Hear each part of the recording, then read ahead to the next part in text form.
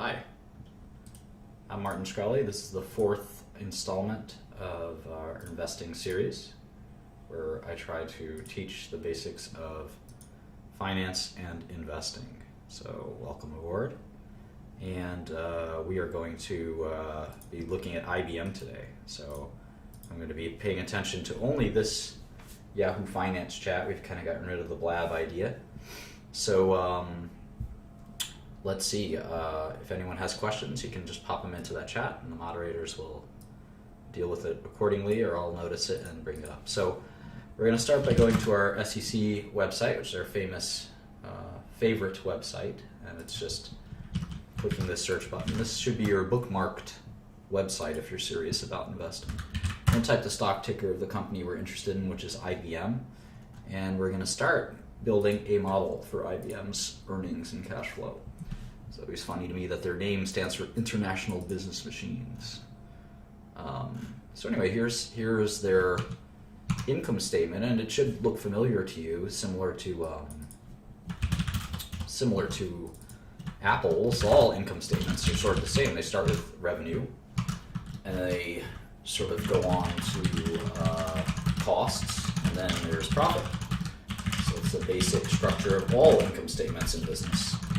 So it's not totally different from they're all sort of the same in some ways. But what's interesting is the magnitude, right? We know Apple was doing, $75 billion for a quarter of sales. And let's save it here. And IBM last quarter did 19 billion in sales. So let's see, Q3 15. And they have three different kinds of revenue: services, sales, and financing. For total revenue is split up into three business components.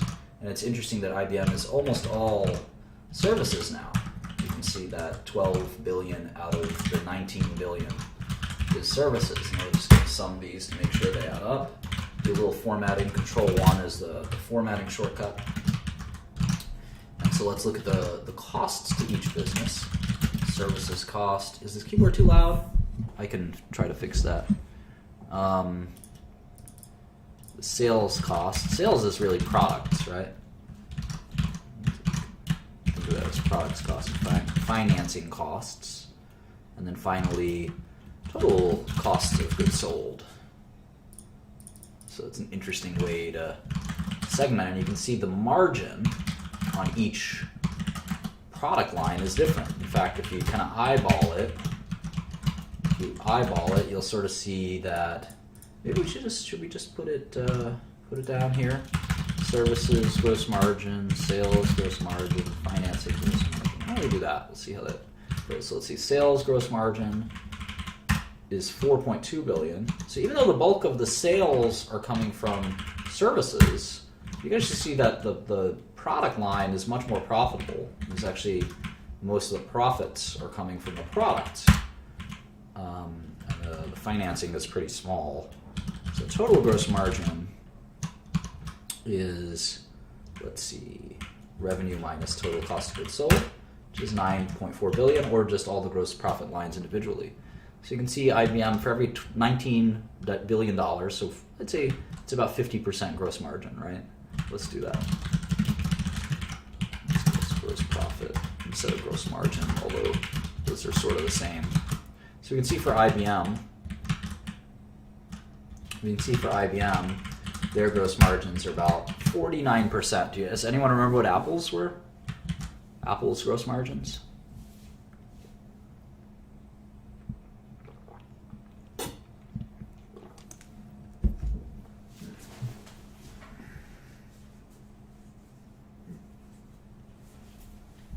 Come on.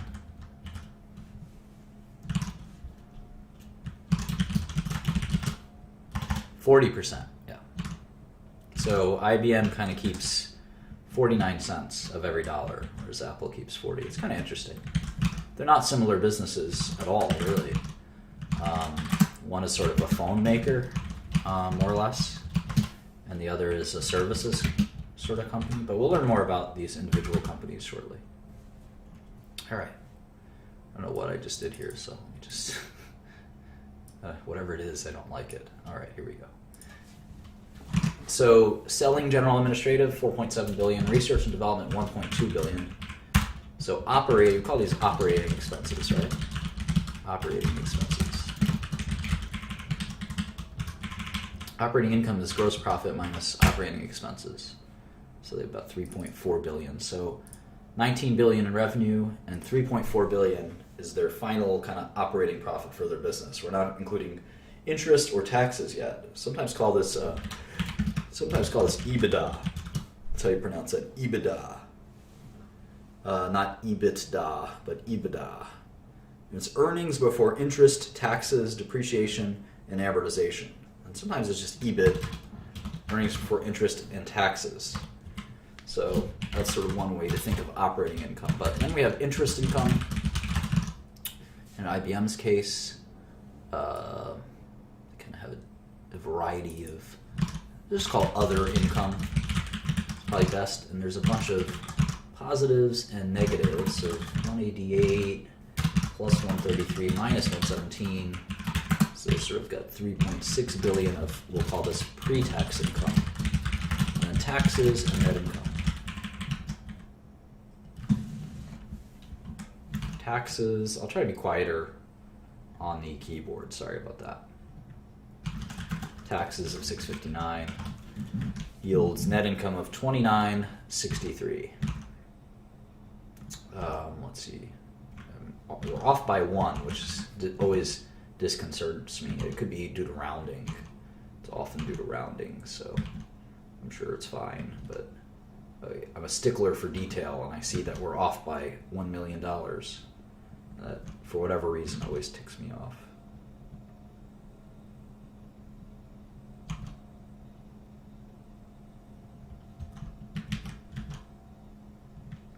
Well, we'll have to live with it.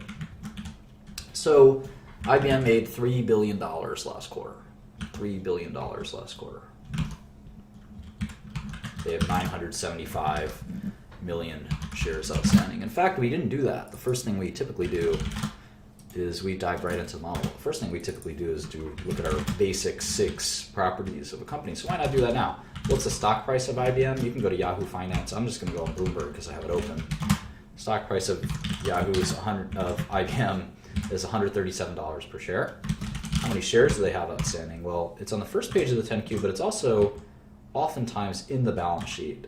Here it is, where they have 2.2 billion shares issued and 1.2 billion shares in their treasury that they've bought back. So you have to subtract those two, and you get 970 million shares outstanding, at least as of the end of Q3 15. So the market cap is obviously the product of multiplying the two. There's 970 million shares. So the total value of the company is those 970 million shares times the price per each share, which is 137. And so the value of the company is $133 billion, which is, what is that, about 1/5, right, of Apple. So Apple could buy IBM pretty easily. How about cash and debt? All right, cash looks like they have 9,480 million and then 88 million in securities. So I include that 88 million. They have accounts receivable, financing receivables. That's interesting. Financing receivables. How do we treat those? Interesting. I think that they're not really receivables in many ways. So we're going to ignore those in terms of cash. Long-term financing receivables, etc. They have some investments in sundry assets. I don't like to include that, but it could be another 5 billion in cash right here. So let's just leave it at around 9.5 billion of cash. How about debt? Here's a big slug of debt, $32 billion of debt. So they have a little bit of leverage, as we like to say. They have debt. Here's a short-term debt, $7.5 billion. The total of $40 billion in debt. So they definitely have used debt. So the enterprise value is much bigger than the market cap. The enterprise value is 163 billion, while the market cap is 33 billion, which is, I think, interesting. Any amount of income this company makes, let's say they made 10 billion in any year, it actually would take you 16 years to get your money back. But if you use the market cap, it would be 13 years. But the real answer is 16 years because you have all these lenders you have to pay. On a cash-free basis, right, there's negative $30 billion of cash. There's 10 in debt and 10 in cash and 40 in debt, basically. So it's negative $30 billion in IBM right now. So that 30 billion has to be made whole before a stock owner gets any of it. All right, let's go back to the model. And you should all be able to do this, maybe not as quickly as I can, but sort of in a similar way with just Microsoft Excel or your own spreadsheet software, like I think Google has Google Spreadsheets. So anyway, that was the Q3. Let's do Q2. And we could also do the year before. We didn't do that. We can easily do prior year. So the way we do prior year is we're just going to copy and paste all this stuff, paste it into the prior year, and we just get to pop in the constants. And the formula is like revenue is a formula. Revenue is just the sum of the 3 individual revenues. So you don't have to put that in. You can just put in the hard formula, the hard constants.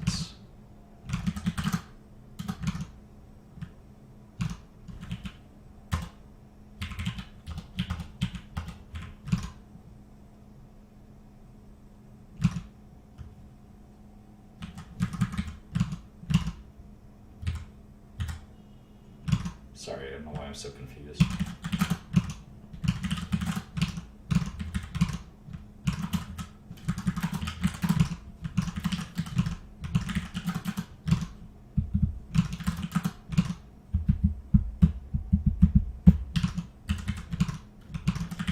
Okay, so we can see that IBM's revenue dropped 14% year over year. New divided by old minus 1 gives us change of 2 figures. So new is M6, 19 billion. Old is I6, 22 billion. And expressed as a percentage, that's negative 14%. So obviously this company is shrinking. IBM has significant issues as opposed to Apple, which grew 2% last quarter, right? So keep that in mind as we try to value these and thinking about discount rates and all those types of things. We have to seriously consider the fact that IBM is shrinking, which is telling us something about their business. Any business that's shrinking, we have to be skeptical, I think, of future cash flows. So let's do the next quarter, Q2. And it gets easier after you set up the model. Each quarter, plugging into each quarter is actually pretty easy.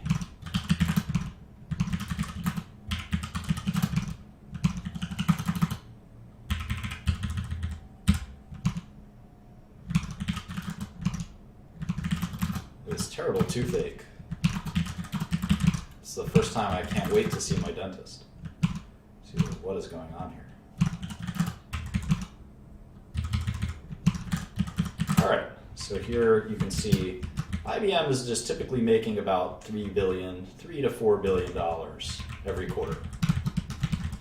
So we'll worry about what that's like shortly, what that means shortly. But as you plug in these numbers, it's a little boring, so you want to kind of notice things as you plug them in, right? You want to notice things like that. And this is why I like to do it manually. It's because you get to learn a bit about the business as you do it manually. You really get to kind of appreciate the numbers on a different level than if you had a computer fill it in or you copied and pasted it or something like that. I don't encourage you to do that. I think it's important that you kind of get to feel the numbers, if that makes any sense. Trust me, it's true.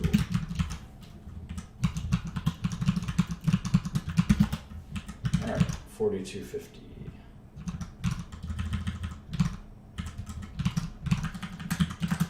All right, so we can see here that they have been shrinking 2 quarters in a row now. 2 quarters in a row now. Margins have been pretty steady around 50%. Pretty steady. You might ask why I'm like ignoring a few of these things, like loss from discontinued operations or the difference between basic and dilution shares. You can always ask those later during Q&A. You know, obviously if I'm ignoring them, it's somewhat safe for you to ignore them too. All right, one more quarter here, Q1.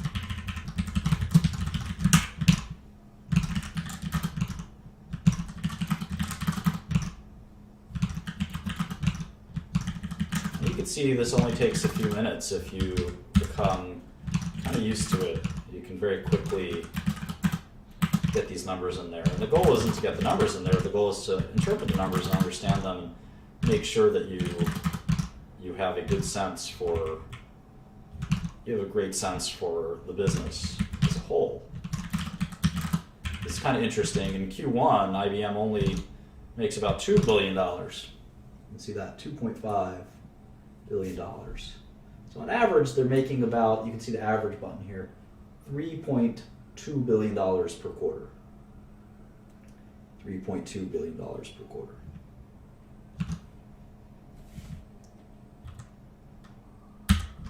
All right. Now for the 10K, I like to read the press release. I've explained why before.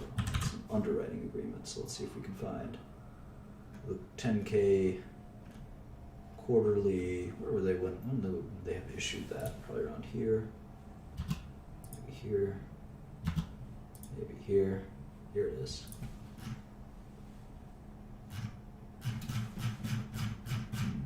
Maybe not.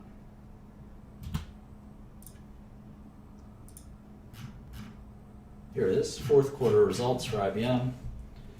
And this is in their this is their press release. Maybe it makes sense to go to the 10K. 10K. And I want to show you something from the 10K in general. Here's the IBM 10K. This is going to be really important to read. We're going to read it together in a minute. So why not look at it now?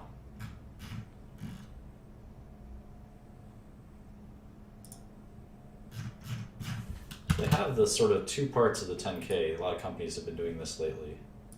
Not the bylaws, but here it is.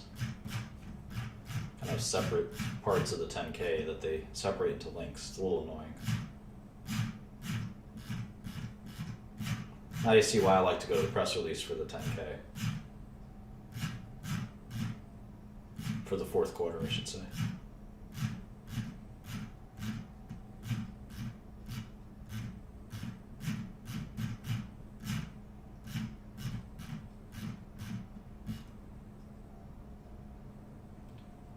Here it is.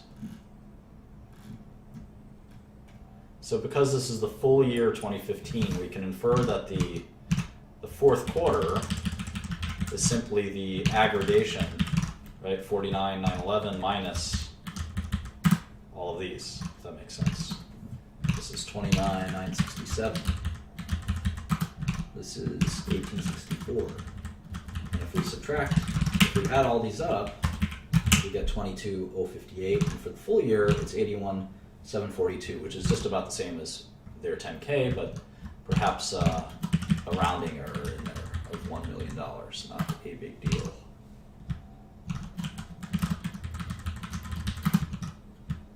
And that's why doing this off the 10K is a little cumbersome, because you have to do all these kind of additions and subtractions.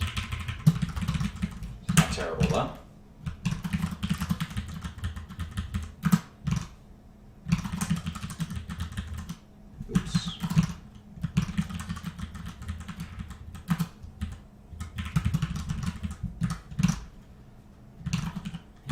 almost done. We're getting a picture of IBM as we do this, right? The picture is they make about $2 or $3 billion a quarter, or about 12 or 13 billion a year. And you can see in 2013 they made 16 billion. They made 16 billion. Why does this all matter? Well, we'll get to that in a second. The price we pay for things is definitely related. Oops, got this wrong. 2581. Maybe not. Yeah, that sounds about right.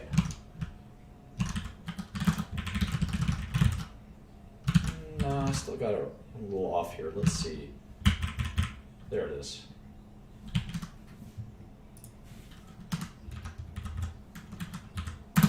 Aha, all done.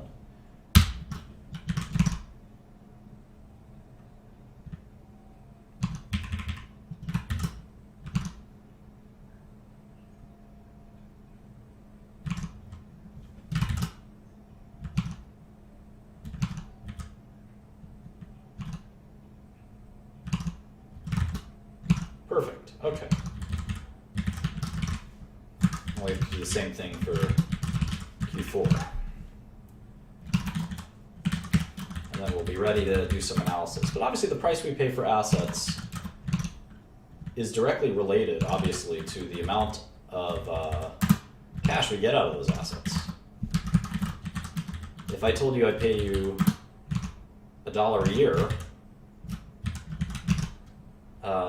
we determine the value of that to be something like $25, $1 a year forever. If I told you that you could buy that for $10, you'd be very excited, because it typically would go for $30 or $25 or thereabouts. The same thing applies to equities. We want to get the most bang for the buck. And we can do that by evaluating the cash we kind of expect to get as a shareholder from a company, like an IBM.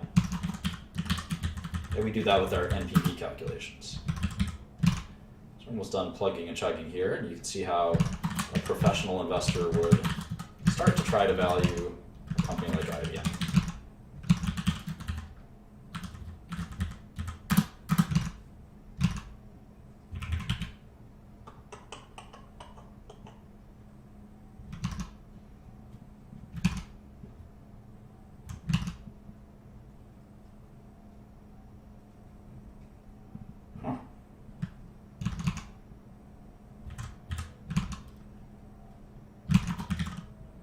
I noticed something. We seem to have had a windfall of some kind last year. No matter. Okay, so the picture is in 2014 IBM made 16 billion, in 2015 they made 13 billion, and even in 2013 they made 17 billion. So 17, 16, 13. Their income has been declining, so has their revenue. What does this all mean? Well, we've done this before where we've taken NPVs, and we're going to do that one more time. So now we'll have done it for two companies.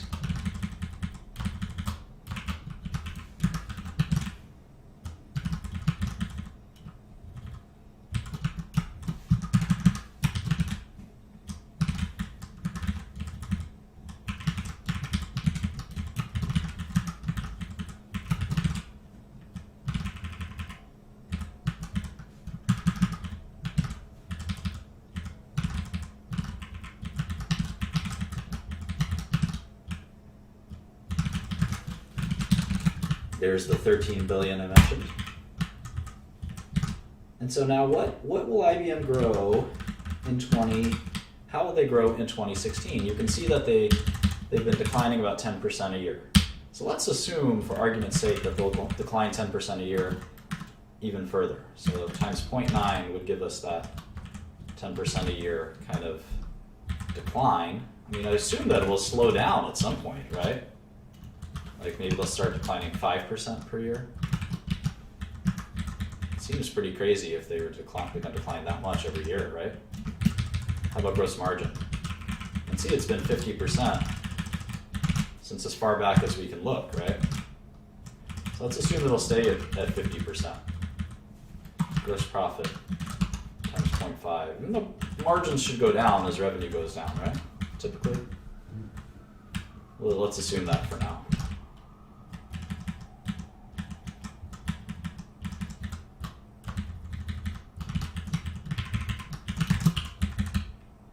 How about SG&A? Well, let's see how it behaved in 2014.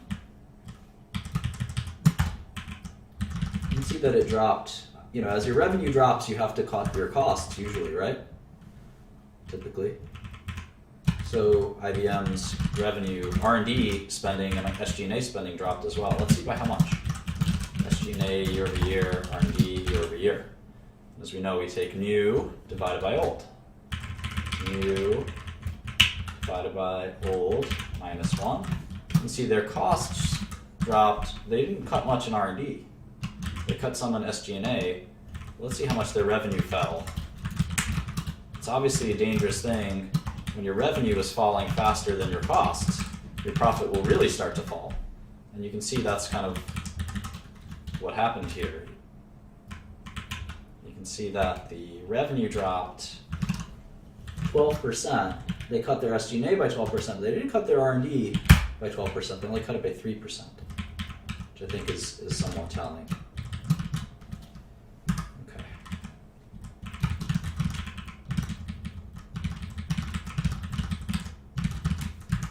And that's why their net income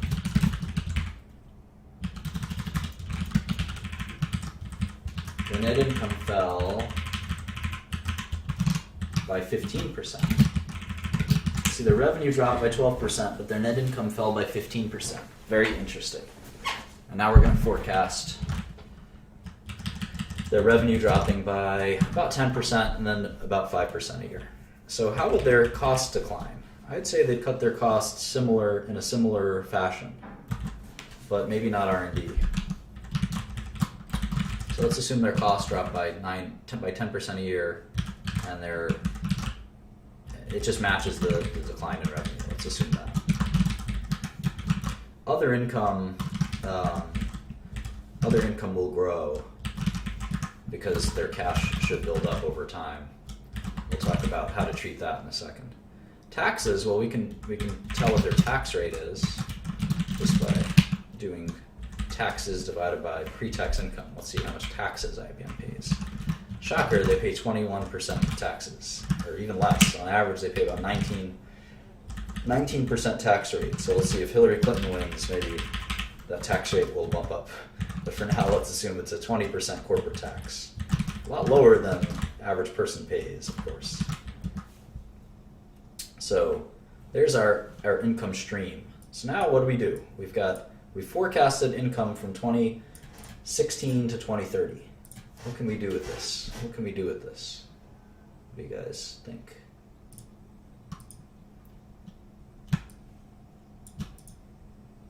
We have them going from 11 billion to 12 billion to 10 to 9 to 8 to 7 to 6 to 5.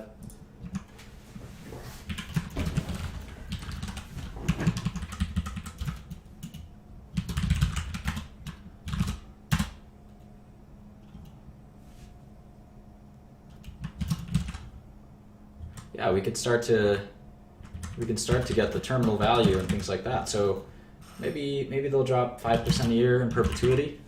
So we'll take this and we call this the terminal value. We'll do that into perpetuity. Yes, we got to discount it to present value precisely. And let's say the discount rate is what, 5%? So we take the NPV from 2016 onward. Entered too few arguments. Bollocks. Let me do it again. There you go. Discount rate. All right. We got 100 billion, 110 billion. How about the cash? We got to include cash. There's negative cash at IBM. So the net NPV is 81 billion, and that means their share price is what? $84 a share, and the current share price is $134 a share. So our model is telling us that the shares should be at 84. But right now they're at 137. So that means that the stock could be a short. It could be 40% more downside. 40% more downside.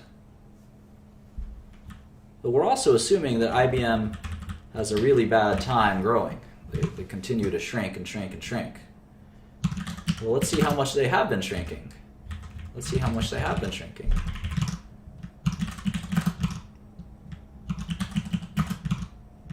And then we got to look at the business and see if they'll, why do we think that they'll shrink or not shrink? They have Watson.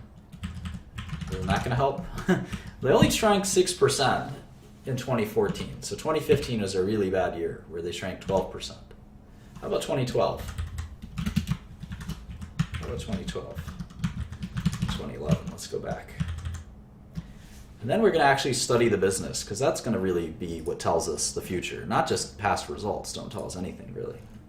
It does give us a scope, though. Let me explain what that means. It gives us a sense. It gives us a sense for what's possible.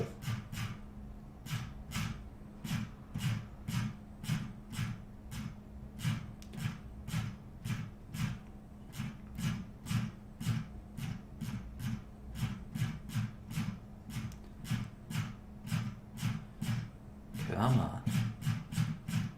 Here it is. All right.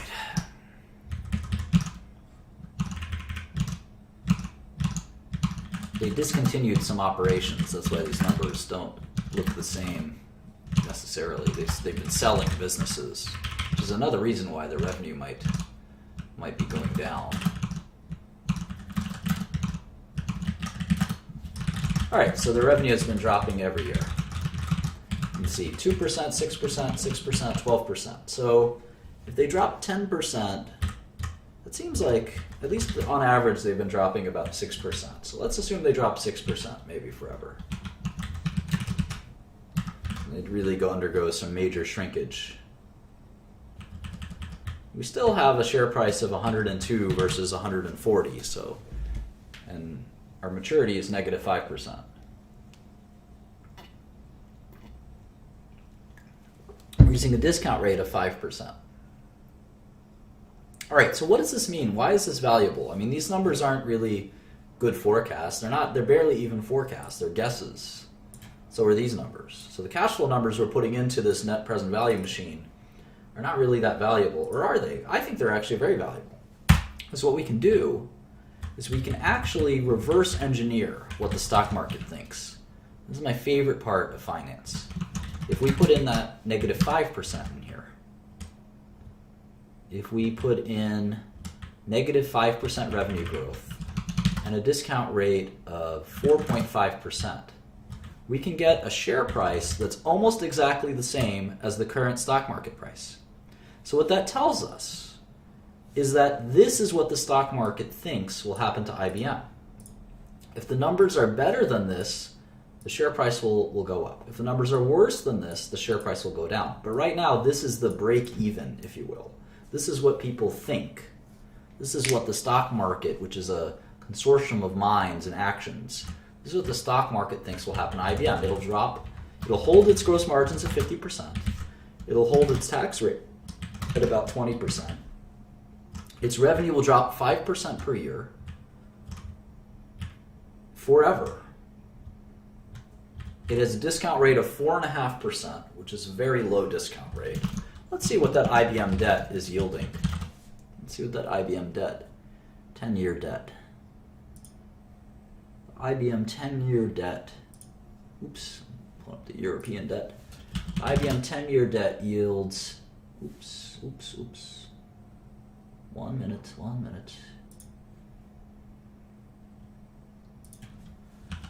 The IBM 10-year debt yields about 3.5%. So it kind of makes sense for the equity to yield 4.5% in terms of discount rate. That makes sense, right? Equity is less valuable or less riskier than debt. So if we add all this up, this is what the stock market thinks. And it's our job as an investor to see if this is reasonable or unreasonable. Is this reasonable or unreasonable? Will IBM decline by 5% a year? Will they decline by more than 5% a year? Or will they decline by less than 5% a year? Maybe they'll start growing again. I know their plan, all businesses, their plan is to start growing again. They definitely want to grow again. It's not like they're trying to decline. They really do want to grow again. So before we can really forecast any more accurately, we have to do that thing that we refer to as fundamental analysis. And the first thing I like to do when I look at a new business that I'm not familiar with is I like to do what I call segment analysis, or just segmentation. And what that means is I want to understand each part of their business. And the best way to do that is through their 10K. Their most recent 10K, again, you can get from the SEC website, hit the stock ticker, and the 10K is unlike the 10Q, the 10K really goes in depth. The 10K really goes in depth into the company. So we're going to read this somewhat slowly and somewhat painfully and carefully. The first page of the 10K is very boilerplate. It says the company name, it's got their phone number, and I would encourage you to call the phone number and say, hey, I'm a shareholder. I want to talk to you about the company. And there's nothing wrong with doing that. There's a bunch of people sitting there, and they're paid to talk to you. So there's absolutely nothing wrong with calling that phone number and saying, I want to talk to investor relations. I'm a stockholder. Even if you own 100 shares, it doesn't make a difference. The nice thing about the first page of the 10K is it also tells you how many shares outstanding there are. It typically does, at least. It does tell you the market cap, which is 159 billion. All right, IBM was incorporated in 1911. It's sometimes nice to know the history of these companies.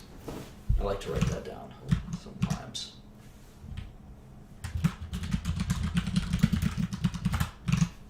Incorporated in 1911. It was called the Computing Tabulating Recording Company, CTR. Funny.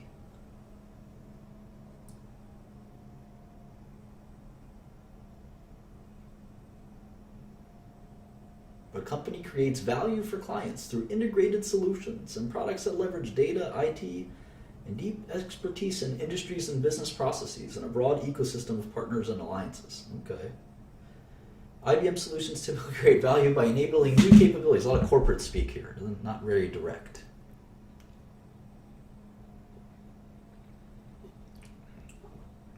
These solutions draw from an industry-leading portfolio of consulting and IT implementation services. This is maybe the only real sentence in this whole paragraph.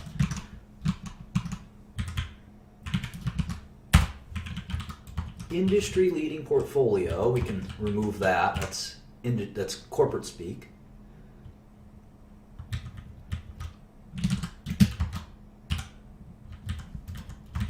And these solutions means IBM's business is consulting and IT implementation, cloud and cognitive offerings, and enterprise system and software. That's it. This whole paragraph, this is the translation. IBM's business is consulting and IT implementation, cloud and cognitive computing, and enterprise systems and software. Okay. That is a little more understandable than this kind of corporate speak.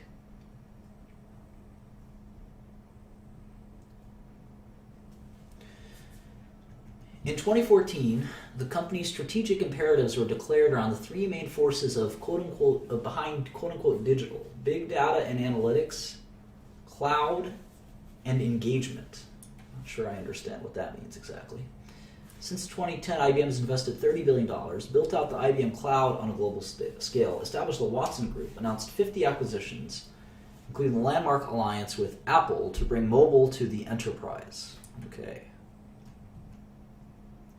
As IBM's clients transform, digital itself is not the destination, but a foundation to create a truly cognitive enterprise. So we use the phrase enterprise often in business to mean businesses, as opposed to the consumer. The enterprise is other companies. So IBM is mostly an enterprise software and services company. They don't sell to consumers. There's no IBM computer you can buy. You'll never interface with IBM as a consumer. So keep that in mind.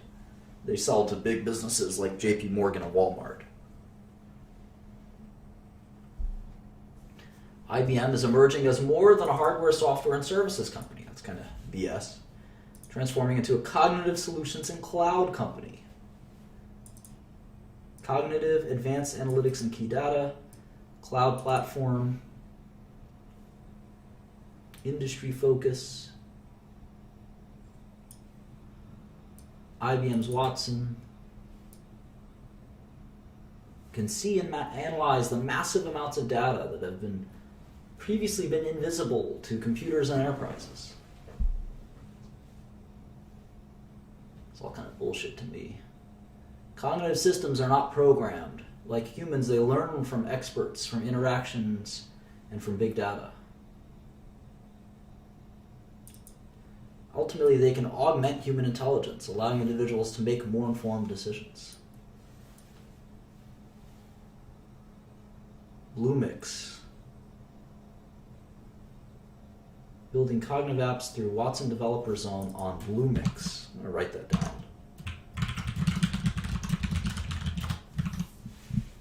So model is a good place to take notes. You can write down all your notes in the model. And some of my models are hundreds of pages of notes on businesses that I've followed for decades. Never really followed IBM, so now's a good time to start.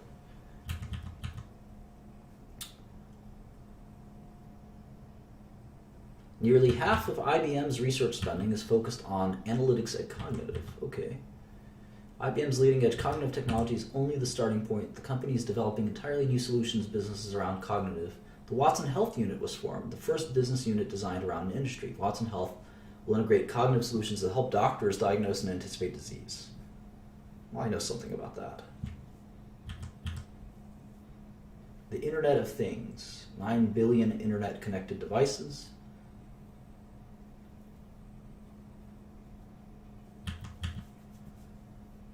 They have a cloud platform. All right, here's the business segments. Business segments and capabilities. The company's major operations consist of 5 business segments: Global Technology Services and Global Business Services. Global Technology Services, they'll probably abbreviate that as GTS. Global Businesses. Global Business Services. So vague. I hate this corporate speak. Which the company collectively calls Global Services. Alright, so this is just Global Services.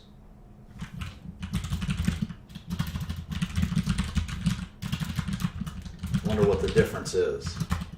Alright, so they have the services business, the software business, systems hardware, so probably like mainframes and stuff like servers, and global financing. So let's see, 1, 2, 3, 4, 5. I'm guessing Watson is a part of software, but who knows?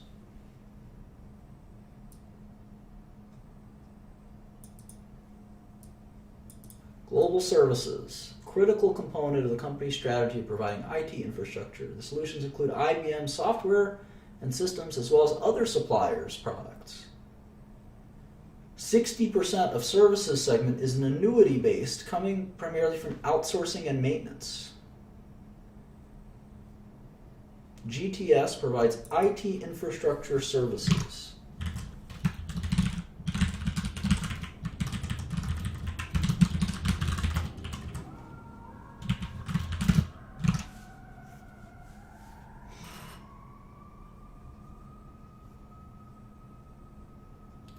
Okay, so it's outsourcing in essence. How about GBS?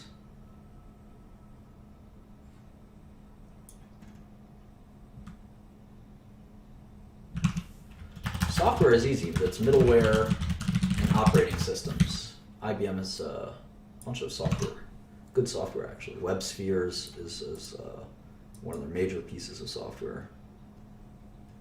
Watson is another.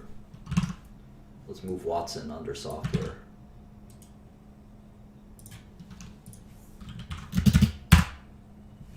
How about hardware? They have servers and storage.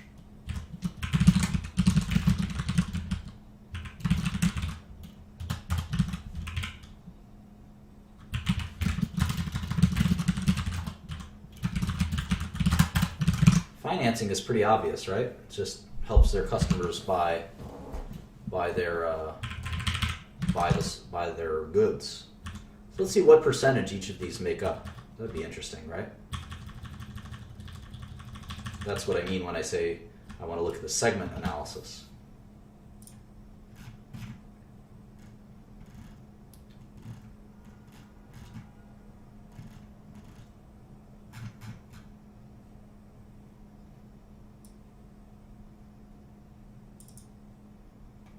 Currency may have hit IBM more than we've been thinking. We got to look at that in a minute.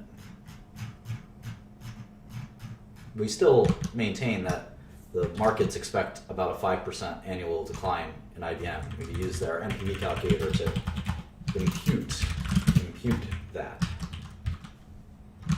All right, so here you can see global technology services is 32 billion and global business services is 17 billion out of 82 billion. So we can actually do a percent of revenue marker here where we can say the percentage of revenue of all global services is 32 plus 17 divided by 81.7, which is 60%. So IBM is 60% services. How about software? 22.9 billion over 81.7. So it's 28% software. And together, that's already 90%. How about systems? Systems, 7.5 billion. So they're really not selling much. Servers and storage. Together, that's 97%. The last 3% is obviously financing and other. Let's just do 1840. Yeah, so that equals 99%. So you can see that the business is dominated by services and software.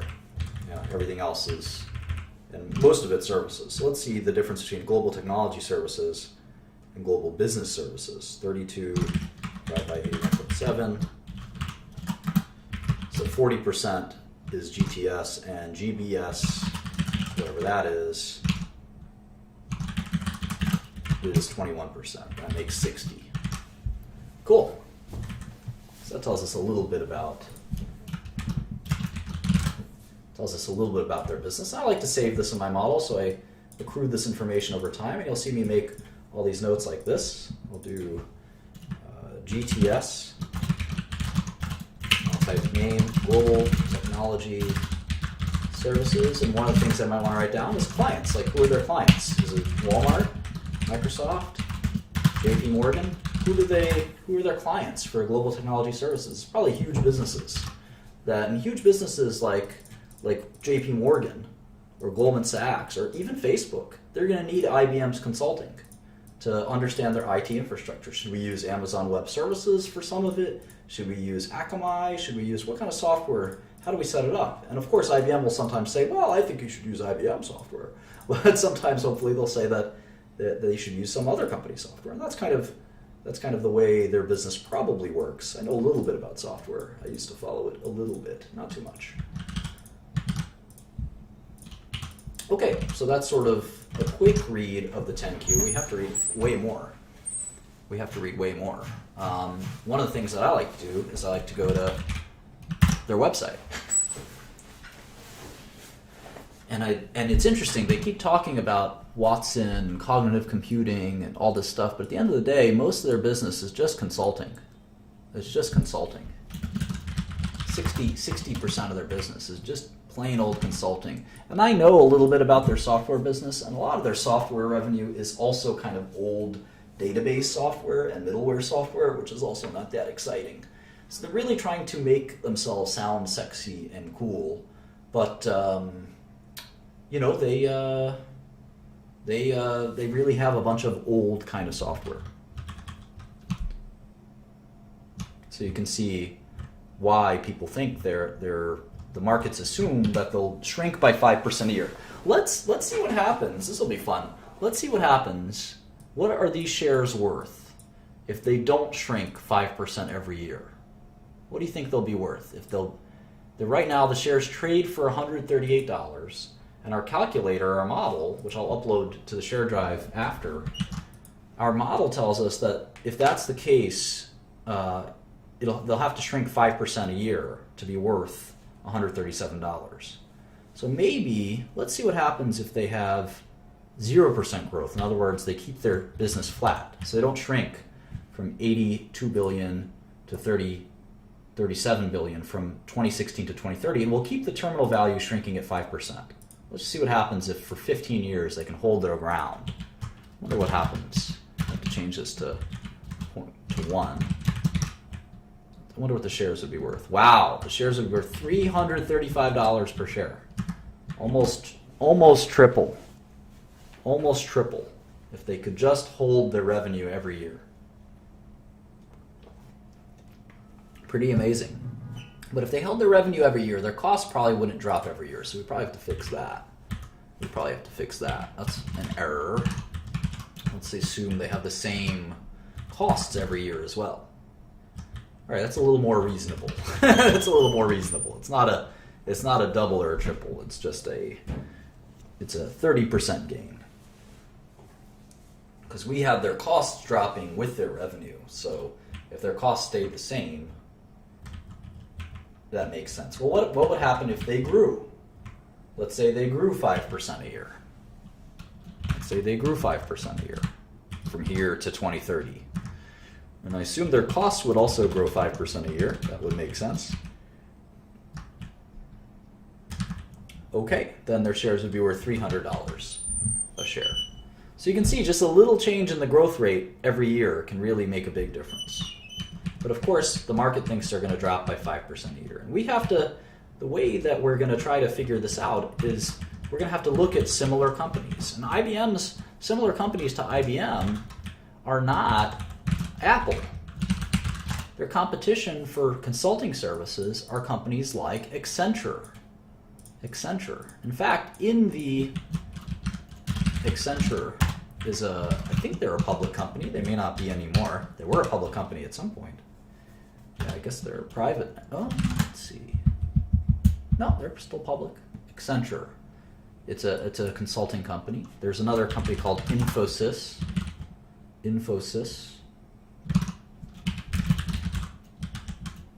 Similar companies to what IBM offers. Software, they have competitors like Oracle and SAP. Watson, I don't think they have any competitors. Maybe Google. Hardware, they have competitors like EMC and Dell. I guess Dell now, just Dell. Financing is such a small part of their business. It's not really a part of their business. Xerox, sure. Lots of different competitors. So IBM is more of a consulting company that's got a little bit of a weird kind of software business more than it is anything else. They've kind of sold the rest of their stuff.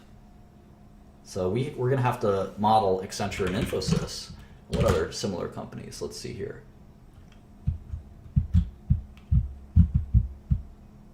Cognizant, Tata, these are all consulting companies. I know Tata has been a great company. Tata, Cognizant.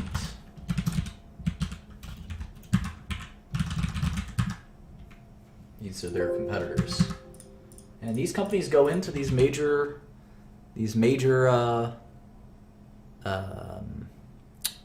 companies, and they try to give them advice on how to deploy a really big in tech infrastructure, which is not as easy as it sounds.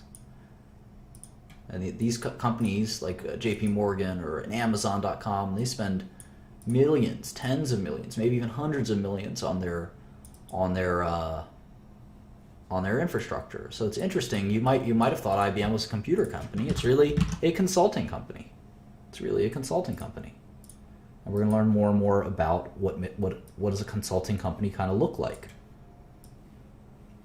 But if we think about NPV, again, we kind of get a shortcut for earnings ratios. So let's look at a price to earnings ratio, or enterprise value to earnings ratio. We know the enterprise value of IBM is 16 billion, right? So the enterprise value right now is 160 billion, excuse me. And the 2016 earnings are projected to be, according to our model, 13 billion, 13.3 billion. Let's see what Wall Street thinks. Let's go to Bloomberg and see. And I know that Yahoo Finance has this information as well. Let's see what yeah, so Wall Street thinks it'll be 12.7, which is pretty close to 13.3. Pretty close. So the enterprise value to earnings ratio is about 12.2 times. What does that mean? Well, it means that it will take 12 years, right? 12 years of $13 billion to get back $163 billion. You're paying $163 billion for this company, even if you buy one share. You're paying as if the company is worth $163 billion, because you have $133 billion for the shares and another $30 billion for the net cash, right? So the company is going to make $13 billion this year. So at that rate, it'll take you 12 years to make your money back. Well, that's kind of interesting. So if you think about it as a yield, IBM is yielding 8%. And that's a lot higher than their bonds, which yield 3%, roughly, right? 3%. Or any other bonds. Most bonds aren't yielding 8%. So that's pretty exciting. That's pretty exciting. But the company's been shrinking, and if they continue to shrink, they won't make $13 billion a year. They'll make less than $13 billion a year. Next year they'll make 12. The next year after that, you can see they'll make 10 and then 9. And that you won't count on that 18%. The concept will constantly be changing. So I hope this gave you an insight into sort of how to play with numbers and understand things. The next hour I'll be working on kind of how to get more detailed and in-depth on these companies. I like that. Consulting companies are people with computer checklists. In many ways that's true, but at the same time, it's sort of interesting. Like if you have, there's only a few big consulting companies, right? IBM, Tata, Cognizant, Accenture. And if you're JP Morgan, right, and you're going to deploy a global technology infrastructure, you don't want to do that by yourself. You want to have advisors. The same way that you don't file your own taxes or you don't do your own legal work, you want to have consultants who are there to assist you, especially because those consultants are helping other companies. So if you're JP Morgan, you go to your IBM people and you say, hey, what is Goldman Sachs using for web filtering? And they say, well, they're using WebSense. You should use it too. And JP Morgan guy says, yeah, that's a good idea. So you have an ability to kind of gain information that's there using these consultants. So it's sort of like any other consulting industry, like law or accounting, auditing, stuff like that. So anyway, I went to IBM's investor relations website. Here's their investor relations website. And we can dig into these financials. So there's the press release for every quarter. There's the audio. Welcome and thank you for standing by. Maybe open At this this up. time, all participants are in listen-only mode. Today's conference is It's MP3 file. If You you should welcome listen. and thank you for standing by. You should be listening to these MP3s instead of Kendrick Lamar. I'm telling you. At this time, all participants are in listen-only mode.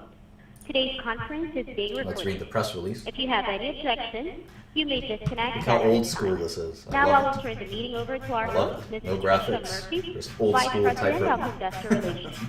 Ma'am, you may begin. Thank you. This is Patricia Murphy, Vice President of Investor Relations for IBM. Remember what I said I'm yesterday? here You today should with call Martin her. Schroeder, IBM Senior Vice President and Chief Financial Officer. I'd like to welcome you to our fourth quarter earnings presentation. Prepared remarks will be available within a couple of hours, and a replay of the webcast will be posted by this time tomorrow. I'll remind you that certain comments made in this presentation. So they're going to read the safe harbor statement, but before we do that, the first thing, like I said, the best thing you can do is read a year, at least a year, of all the press releases of the company. That's even before, don't even think about investing or trading. You have to read at least a year of the press releases. And as you're reading them, you want to put that information from on. The first thing I saw, I kind of ignore the net income stuff. I want to start with revenue. I'll go back to this later. The first thing I see in revenue from continuing operations, $22 billion. Okay, fine, I know that. It's in my model. So I don't have to go to my model. down 2% after adjusting for currency. Whoa! Down 9% as reported. What? Well, first they're telling me it's down 9%. I'm looking at this and I see down 9%. That's pretty stinky. 9% decline smells bad. That smells like me. I never take showers. But then they say that's the reported amount. The actual amount is 2% when you adjust for currency swings. So we call that revenue reported versus revenue local currency. So they only dropped by 2%. They only dropped by 2%. I'll make sure you guys are reading what I'm reading. They only dropped by 2%. And that means our forecast for the future is maybe too aggressive. We think they're going to drop by 5% a year, but maybe they're only going to drop by 2% a year. Let's see what happens if we pump that in. 0.98. 0.98. And they cut their costs by 2% as well. Now the shares are actually kind of cheap. Not by much, they're basically fairly valued. But it's telling, it's very telling. And then the other big error in this model is this line, which we'll get to in a minute. In fact, I'm going to color it yellow because it's really important. It's the interest income. And we're going to have to think about that really carefully.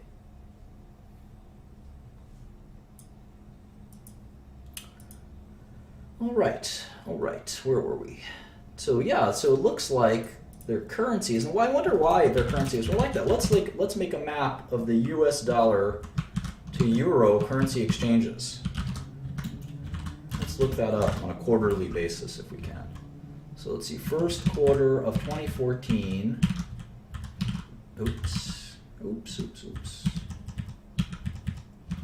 The average euro price was $1.37.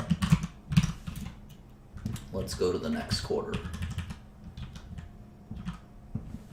Q2 14, it was also $1.37. Make sure I got that right. Yeah, 137.04, 137.16. How about the third quarter? 7.1 to what? 8.9, 9.30. Then it was 132, dropped quite a bit. 132.52. Okay, how about the fourth quarter? 10, 1, 14, 12, 31, 14. 124.88. IBM is an international company. Literally the first letter of IBM stands for international. So we have to look at the currencies because this could be a big impact. 112.68. Big drops in the euro relative to the dollar.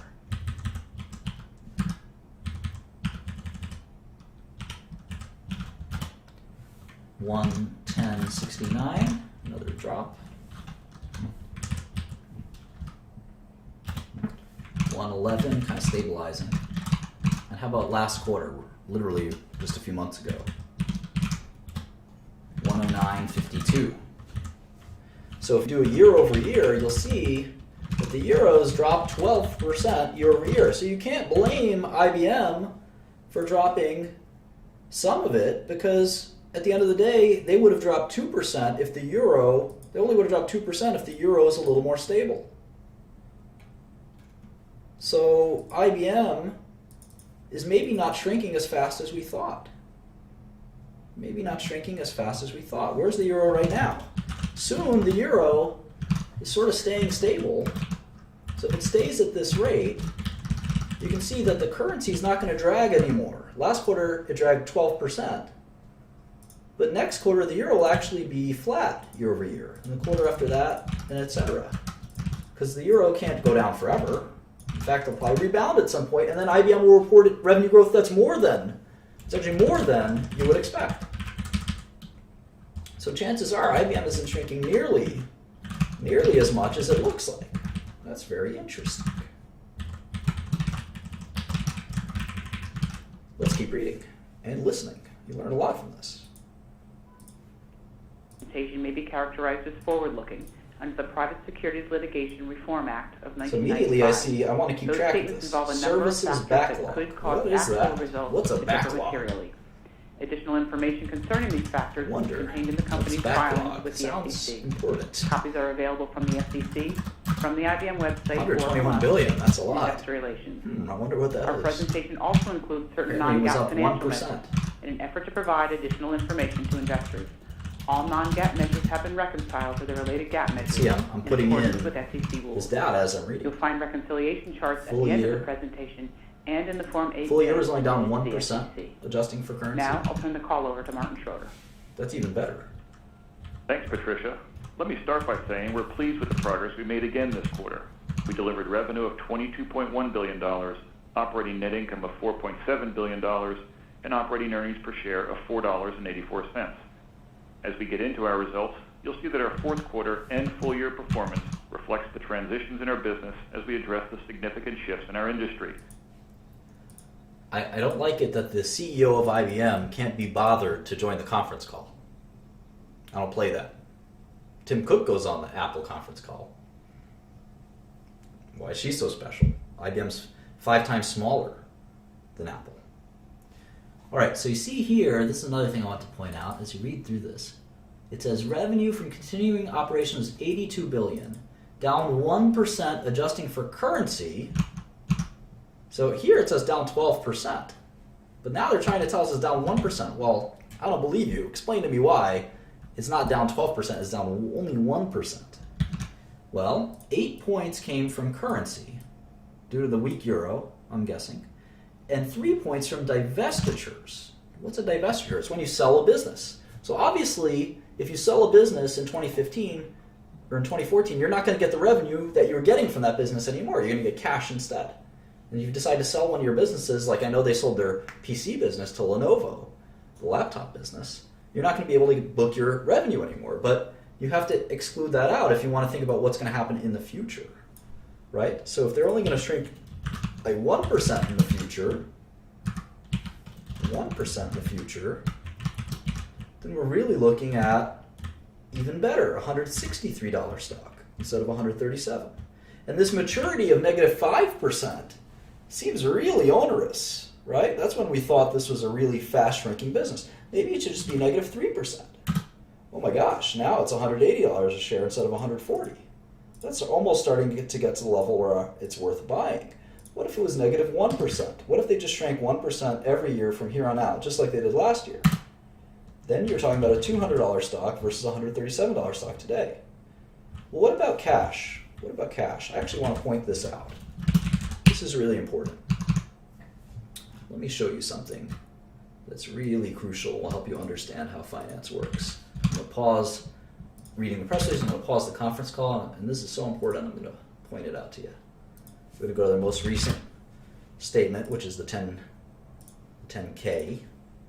We're going to go to the financial section where the balance sheet is. Where's the balance sheet? Financial position, page 78. Let's go there. We're going to jot down the balance sheet really quick. So cash, 7686, 508, accounts receivable, 8333, financing receivable, 1920, other account. How many accounts receivable do you have? Jesus. Property, plant, and equipment. Long-term financing receivables. Jesus. Pension, deferred taxes. We know I like to add goodwill and intangibles in one line, since it's all gobbledygook. Sum should equal 110,495. It does.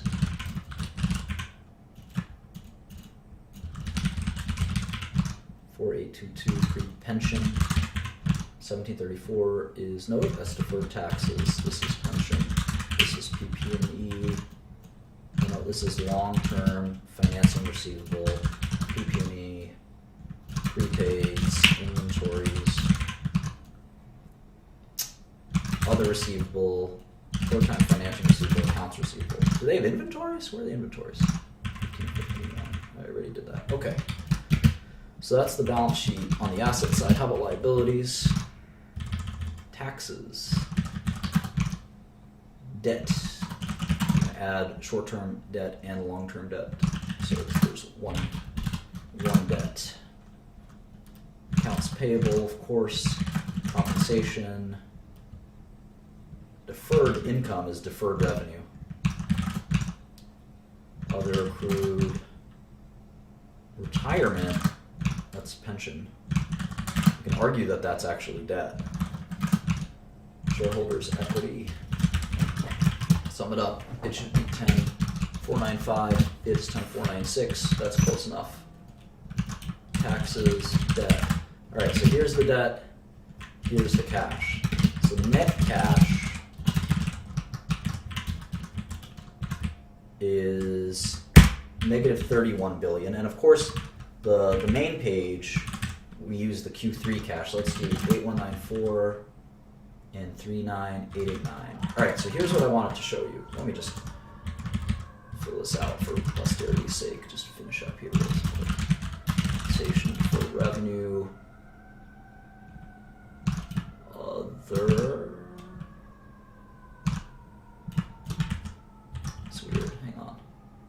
This is deferred revenue. Debt. Taxes, debt. Accounts payable. Here we go. Compensation.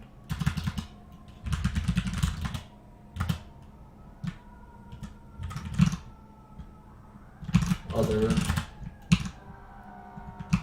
Retirement. Deferred. Oh, it's long-term deferred revenue. I should collapse those into one. 3771.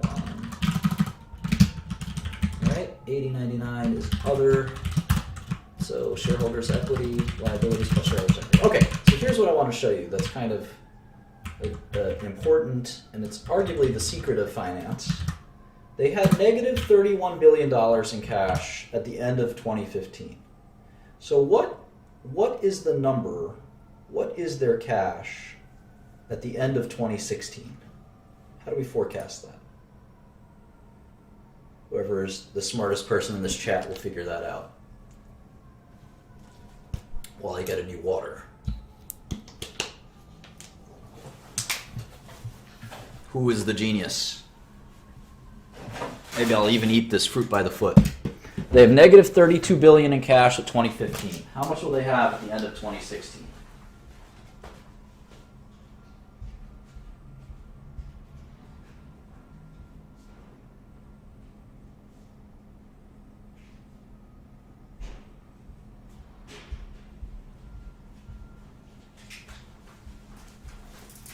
Who is the genius? Do we have a genius here?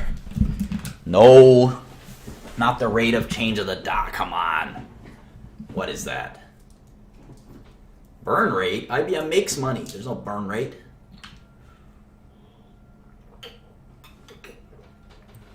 I'm so disappointed with you guys. So disappointed with you guys.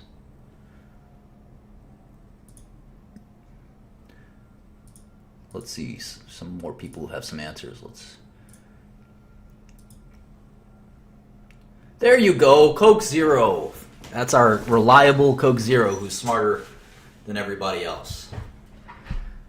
Well, think about it from your own perspective. Let's say you make $50,000 a year, and in our imaginary world, you don't have any costs. Or maybe you make $100,000 a year, and you spend $50 on yourself. So at the end of the year, you make $50,000.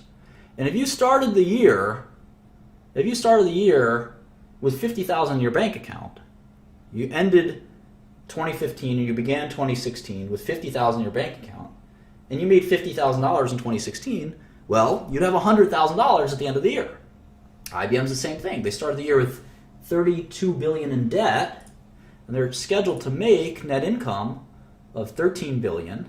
So we're just going to add these two up. All right, maybe someone can tell me how much they're going to have at the end of 2017.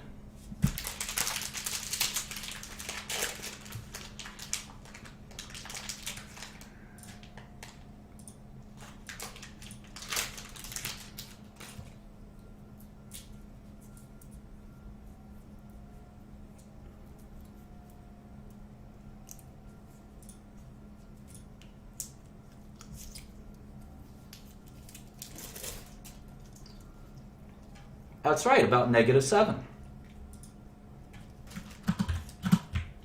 And so forth and so forth. That's right, net cash plus net income.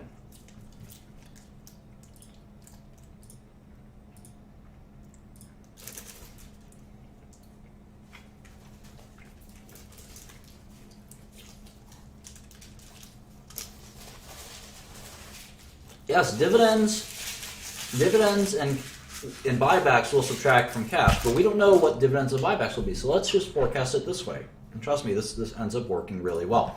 So I'm going to copy and paste this number all the way out to 2030. And look at that. By 2030,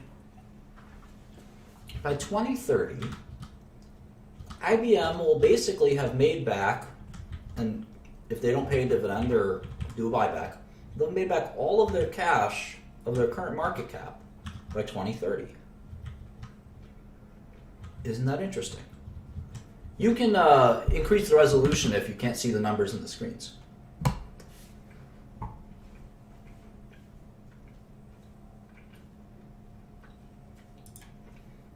It should be very high resolution. Now, if the company is $100 billion on their balance sheet in 2016, how much should they be earning in interest income? What do you guys think?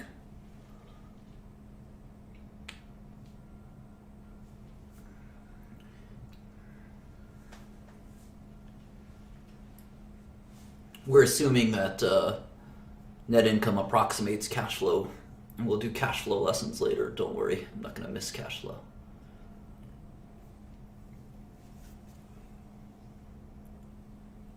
And this is the key to finance. Companies should be using their cash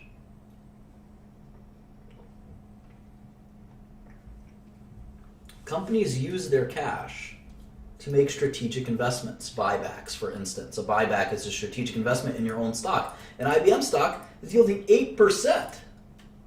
8%. Right now, we're assuming their interest income. Let's see. Let's see kind of what yield are we assuming. Not a very good one. 1%. They're buying back their stock and they're thinking they're making 8%.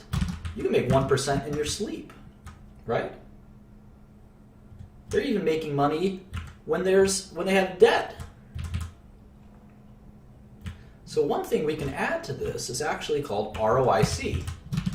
That's return on invested capital. We can assume that IBM will make 1% or maybe 1.5% every year on its cash balance.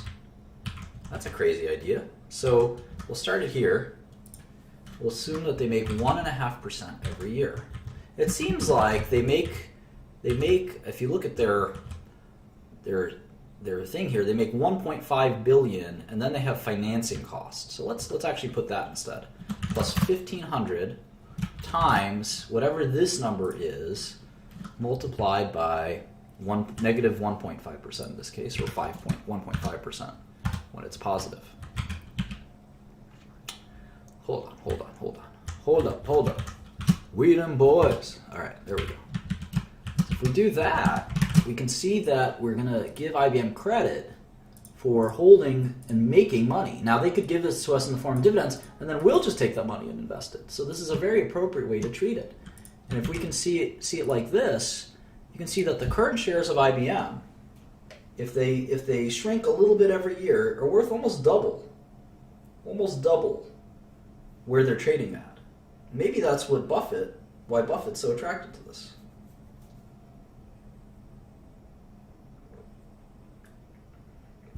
Maybe that's why Buffett is so attracted to the stock. It does kind of look cheap. The fact that they're a consulting business that is not growing very much kind of makes sense. Tech is sort of deflationary, so I wonder if, but I'm not sure tech is deflationary for big businesses. Big businesses need to spend maybe more money on tech. It's hard to say. But it certainly looks attractive. Now, making double your money in a stock is very attractive, especially a company like IBM where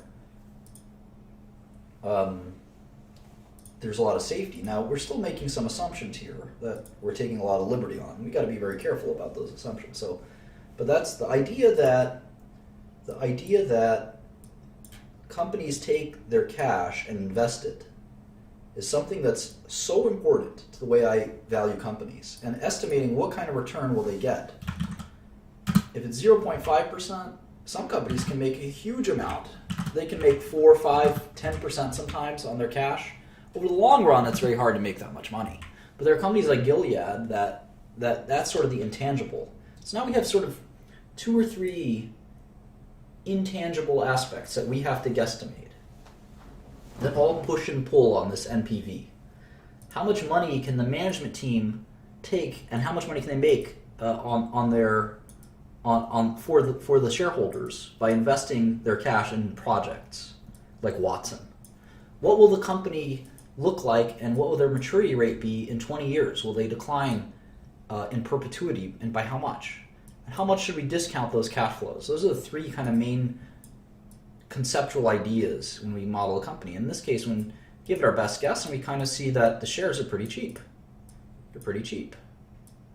Forgot how we felt about Apple. Let's open up our Apple model and we'll see. Apple. How did we feel about Apple?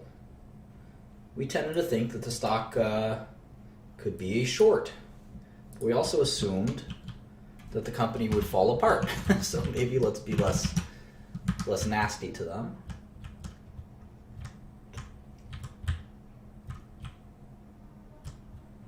Yeah, Apple certainly doesn't seem as good of an investment as IBM.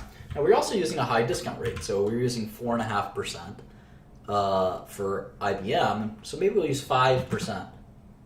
5% for Apple, maybe we'll make it negative 2% maturity.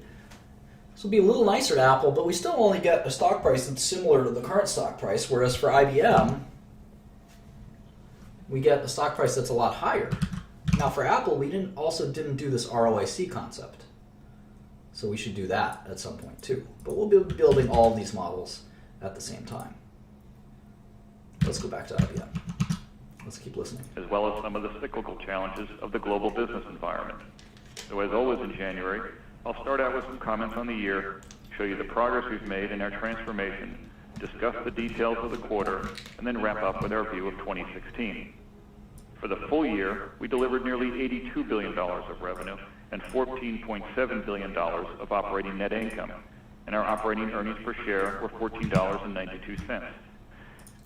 I'd like to address something really quick. One comment in here that I thought was interesting. One guy writes, "There's no way it's going down with the release of iPhone 7 in a few months." Well, that's not a reasonable perspective. Let me spend a minute and give you all a little lecture on news. There was a school of investing a long time ago that is basically out of favor right now. And it, in essence, was called, and this comment was a very dull version of that school of investing, and it was called, one moment while I get my stylus. It's called information arbitrage. And basically the idea was that if you could get information about the company's forthcoming news, and you can try to trade on it and estimate what would happen to the shares based on how favorable that news, or unfavorable in some cases, the news might be, you were able to basically outsmart the market and make a high rate of return. Well, not many people practice information arbitrage anywhere. One, considering most of it is illegal, trying to get insider information is certainly illegal and not a good idea. But there's also this dynamic that occurs where there's no arbitrage concept kind of comes into play. And let me explain what that means in a second. Basically, the upshot is that news and stock prices, in my opinion, this is not a commonly held view, but I've been around the block a little bit, and it's my opinion. You don't have to listen to it if you don't like it, but I think it's true. And I'm going to try to prove it a little bit here. News and stock prices don't really have anything to do with each other, especially if something is quote-unquote good news or bad news. And I'll explain that and what I mean by it in a minute. But I still need my stylus to do that. So much junk around here that I can't find it, but I think I know where it is actually. Give me one second.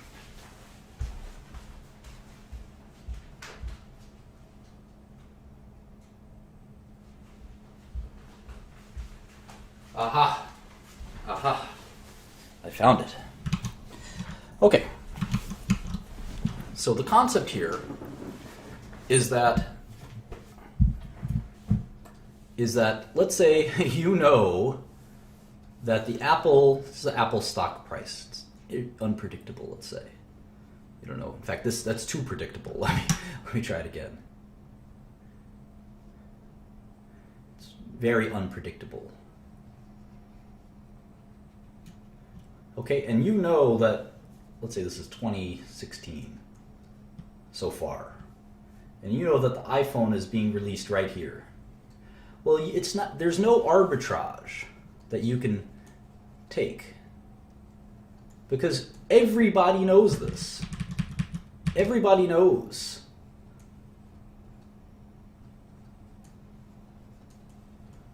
Everybody knows that the phone will be released on that day. So it's not possible that you can load up into the stock, buy the stock, and hope that it goes up and then sell it right after the news. Because everybody knows that news will be that day. So there's no way to game it if everybody knows that's when the news is going to be. The only way that you could really do something like that is if you knew in advance that, let's say, there was a great new feature, like the iPhone, that nobody knew about. There was a surprise, in other words. There was a positive surprise in versus expectations. If you knew that the iPhone had some amazing feature, like they were gonna, I don't know, they finally figured out how to make Siri much better. Siri is much better. And you knew in advance, because Tim Cook called you and he told you, Siri is going to be perfect. It's so smart, you're going to be amazed. We really worked on it, and it's top secret. Well, then you knew that there was going to be a surprise versus the expectations. And then you could buy it and make a lot of money. But then you would go to jail, because trading on insider information is illegal. It's illegal, and many people have gone to jail for it. I've never been accused of it myself, but it is very illegal. I've never done it myself. It's very illegal, and it's not something you want to do. And it's probably not something you can do either. But if you could do it, perhaps you'd be tempted to do it, but you would rapidly go to prison.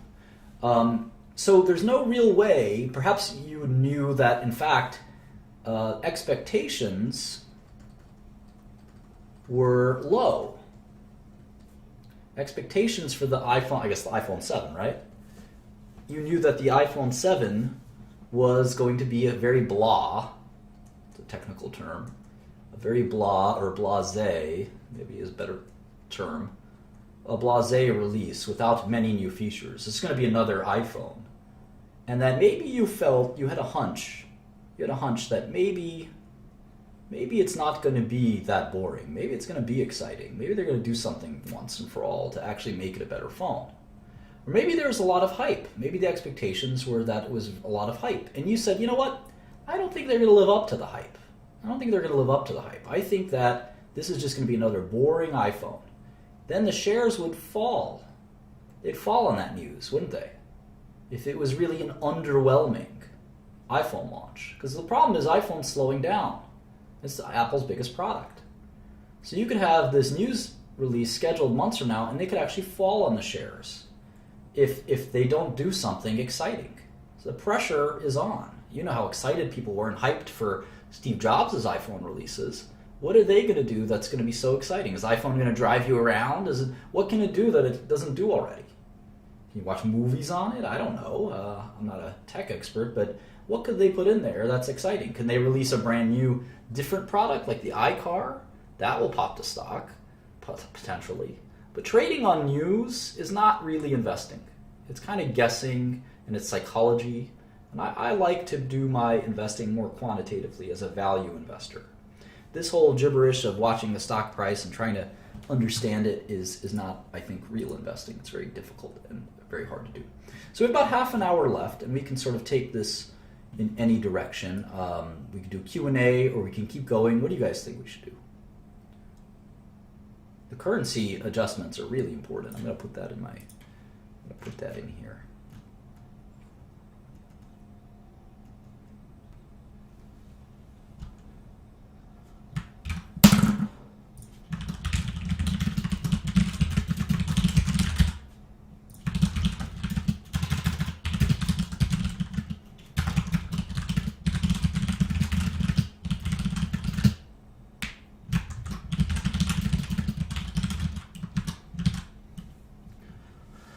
Okay, I think most people want me to keep going, so we're going to try to do that. So let's go back to this 10K, and maybe let's listen a little bit more to the IBM earnings call. This is the CFO speaking. As we've said, this transformation will play out over time, and with revenue down 1%.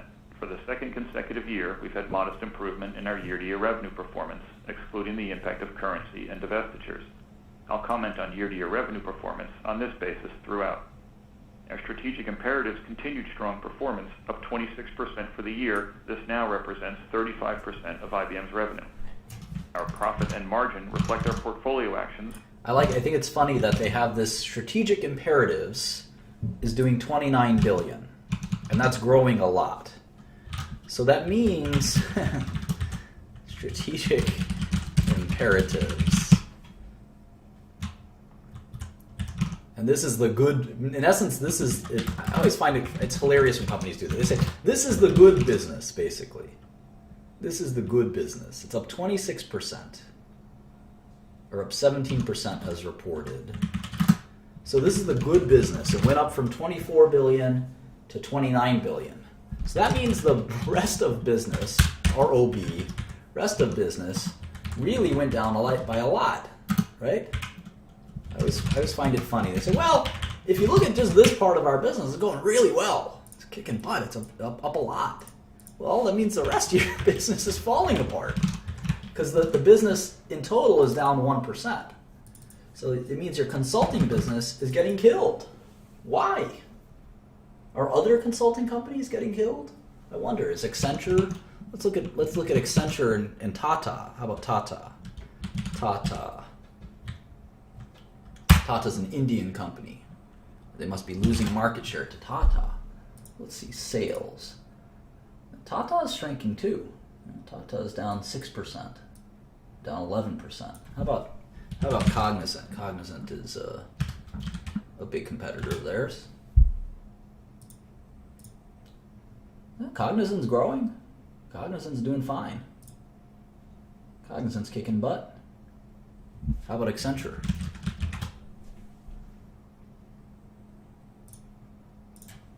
Accenture's not really growing much, but they're growing a little bit. So why is IBM dropping 22%? The rest of their business. Their strategic business is going up a lot, sure. But that means that their non-strategic business, which is, by the way, twice as big as their quote-unquote strategic business, is dropping even faster. So I just kind of think that's kind of bullshit when I hear stuff like that. Cloud revenue is up 50%. Wow.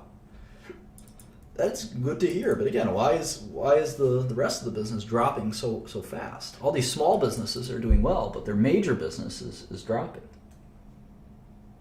And you can see here that free cash flow is about equal to net income, which over time it usually is. All right, let's keep listening. Yeah, Yahoo Finance mimics the Bloomberg, and it's free, so. As we shift to higher value, as well as the level of investments we're making to drive our transformation. We generated over $13 billion of free cash flow, which is up year to year.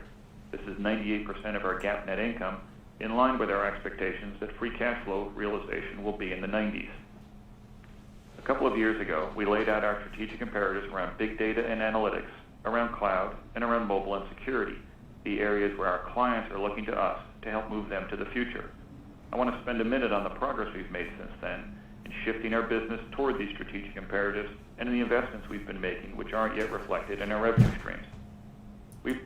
It's interesting. As a consulting company, IBM has a little bit of conflict of interest, right? They help big companies prioritize their IT, but they're also the only company of those companies, Accenture, Tata, and Cognizant, that actually has products, right? So they have a conflict of interest. They want to pitch you IBM products, but meanwhile, Tata and Accenture, they don't have software or servers. They're just saying, hey, I think if you want a great IT system, you need Dell servers, Oracle software, our programming, I guess, and consulting, and I'm going to pick you the best parts of the IT system, Cisco routers, whatever.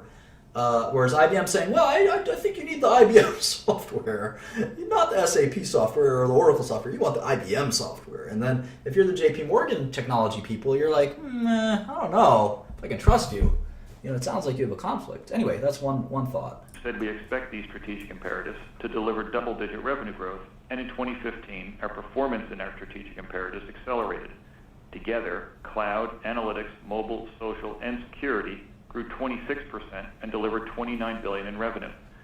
As I mentioned, they now represent 35% of IBM, which is up from 22% 2 years ago. With 57% revenue growth over the last year, cloud is now a $10 billion business for us. This made us the largest cloud provider in 2015, which is what you'd expect given our extensive relationships in enterprise IT and incumbency in the data center, positioning us to help our clients implement hybrid cloud environments. Revenue from our as-a-service offerings increased about 60% to $4.5 billion for the year, and we exited 2015 with an annual run rate for our as-a-service business of $5.3 billion. The $10 billion also includes $5.6 billion of revenue from our foundational offerings, where we provide software, hardware, and services so clients can build their own clouds. In either case, what we've been saying for some time is that clients are utilizing the cloud not just to reduce costs, but to gain agility and enable innovation. And whether they're consuming as a service or through their own clouds, or as in the case of most enterprise clients who are implementing a hybrid environment, we're leading that move. To address opportunities we see in this space, in 2015 we made 7 cloud acquisitions, including CleverSafe for object storage, Graviton for cloud brokerage services, and Clearly for cloud video services. We also invested nearly $1 billion in capital, expanding our global cloud data center footprint to 46. We already have an ecosystem of millions of developers globally, and our Bluemix platform as a service has already expanded to over 1 million users, adding 15,000 developers a week. With nearly $18 billion of analytics revenue, we're also the largest analytics provider, and will extend that lead by moving into new areas, including Watson Health and Watson Internet of Things. In Watson Health, we're integrating our own organic capabilities with content acquired through Merge, Phitel, and Explorus. Healthcare is a new revenue and profit opportunity for us as we change the face of healthcare through our cognitive platform to provide value to providers, payers, and partners. We're also addressing the IoT market. Our Weather Company acquisition not only gives us tremendously valuable data and digital content, but a high-volume, cloud-based, insight-driven platform that will integrate with Watson to address significant new opportunity spaces. We'll talk about how we're addressing these opportunities at our investor briefing at the end of February. And while we're investing in capabilities for the future, we're also returning significant value to shareholders. We paid out nearly $5 billion in dividends, and we reduced our average share count by 2.7%. So we got a lot done in 2015. It's about 50% Our US revenue for the year was business. down 1%. That's why the currency affects it so much. There's so much Europe and Asia business. See, the margins on the consulting, about 30 to 40%. The margins on the software are really high. But, they're not declining too much. It's the currency that really obscures it. In fact, the software is declining the most, down 6%. That's currency adjusted, I'm guessing. It's down 2 instead of down 9.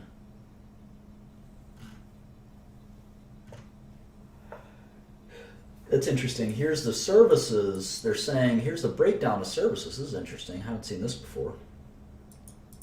Maintenance, ITS, Integrated Technology Services, outsourcing, and CS&I, Consulting and Systems Integration. So outsourcing, that's interesting. So it's half of consulting is outsourcing. About half, 44%, is outsourcing. I always like to know what these companies do. You know, I insist on it because otherwise you get really kind of perplexed as to what their business actually is. You'd be surprised at how many investors don't really care. Outsourcing. Basically, it's, you know, taking a process that's within one business and moving it to another, right? That's what outsourcing is.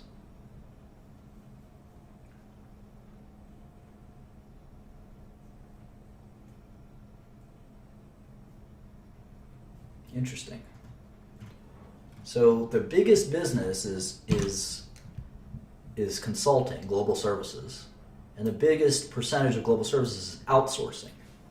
So it's a lot like Accenture, Infosys, Tata, Cognizant, who again are all growing. So it sounds like they're Cognizant and Accenture may be taking their market share. Now, having said that, Cognizant and Accenture don't only do tech. Cognizant does, Accenture doesn't.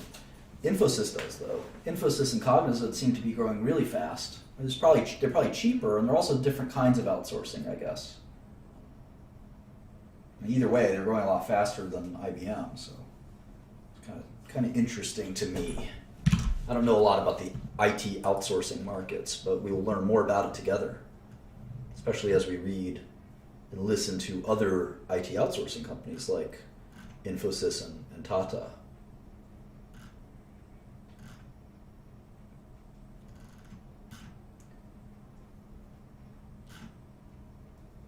Here's the graph that we just made for the euro.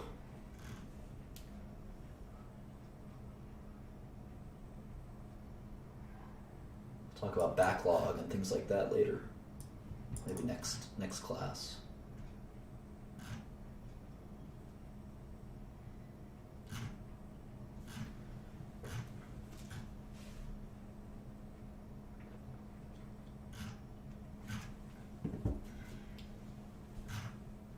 And see how cash flow and net income really track each other.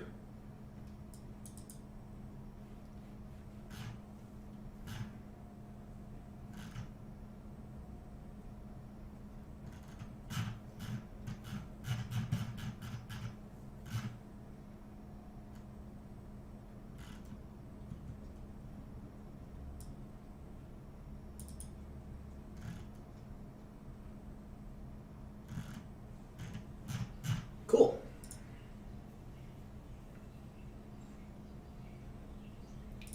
They even have the prepared remarks written down. So you can just read them if you don't want to listen to them.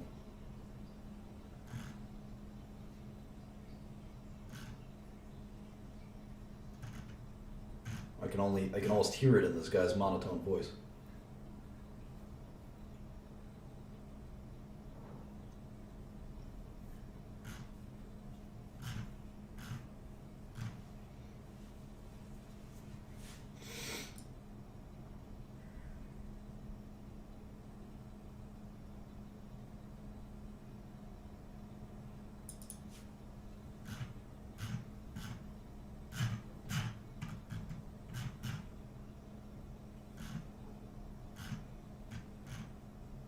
It's often hard to run these really, really big businesses. Splitting up IBM could be another choice, but I'm not sure what you'd split it up into. They've spun off a lot of the businesses that aren't worth keeping.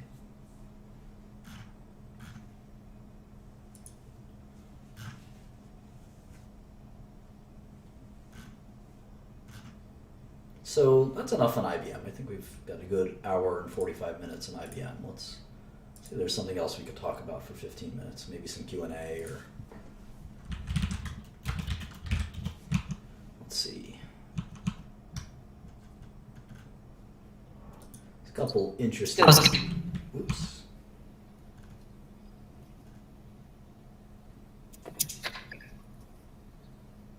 I've got a hate hearing myself.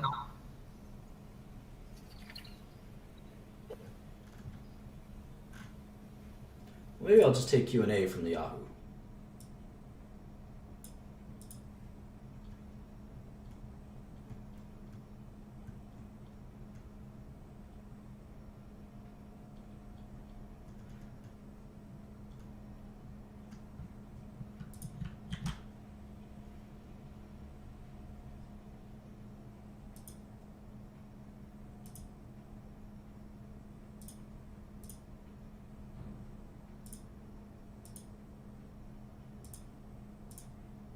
Any good questions?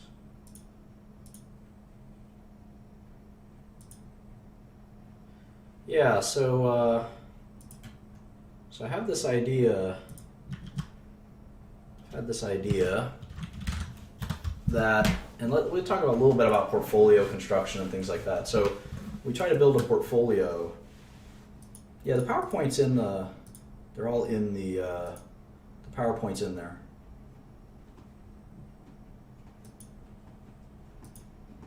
So when you try to build a portfolio, one of the things the biggest thing is that very few people short sell or short. Most people are only long. In other words, they'll just buy securities instead of they bet that they go up instead of betting that they go down as well. And I actually think shorting is underused. One of the reasons is that you can't tell if the markets are going to go up or down. So just having longs means that you're going to not do very well if all stocks go down, and that happens quite a bit. In fact, the stock market hasn't gone up in many, many, many years. Let's see. This is the S&P 500, which I don't think is even the best thing to look at. You can see that from 02, let's pick, maybe 2000 to 2012, you would have not made a penny. You had a lot of stomach aches in between. Not a penny from 2000 to 2012. So it's very tricky. You'd much rather have a good rate of return than from 99 to 2012 have made no money whatsoever. Yeah, the market's finally up, but if you were just making money every year, you'd have double or tripled your money. So, and who knows if the market will stay up? Nobody knows. So I don't think the trend of the stock market is to go up, actually. I really don't.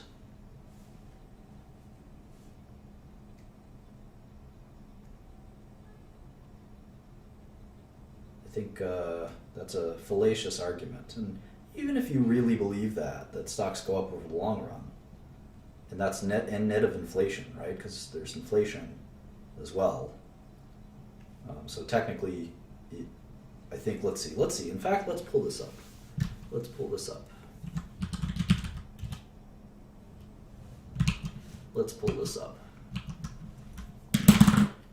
The stock price of the S&P 500 tracking was 150 in 2010. And inflation is thought to be about 2% a year. So, 2000 to 2016, so this is 2000, May of 2000, the S&P 500 is $150. And it is 2016 right now. So the stock market has gone up less than 2% a year. Less than 2% a year. And inflation has gone up about 2% a year. So you're telling me stocks are as good as inflation, but they have all this risk that you don't need to take. That doesn't make sense to me. I'd much rather bet on I bet against overvalued stocks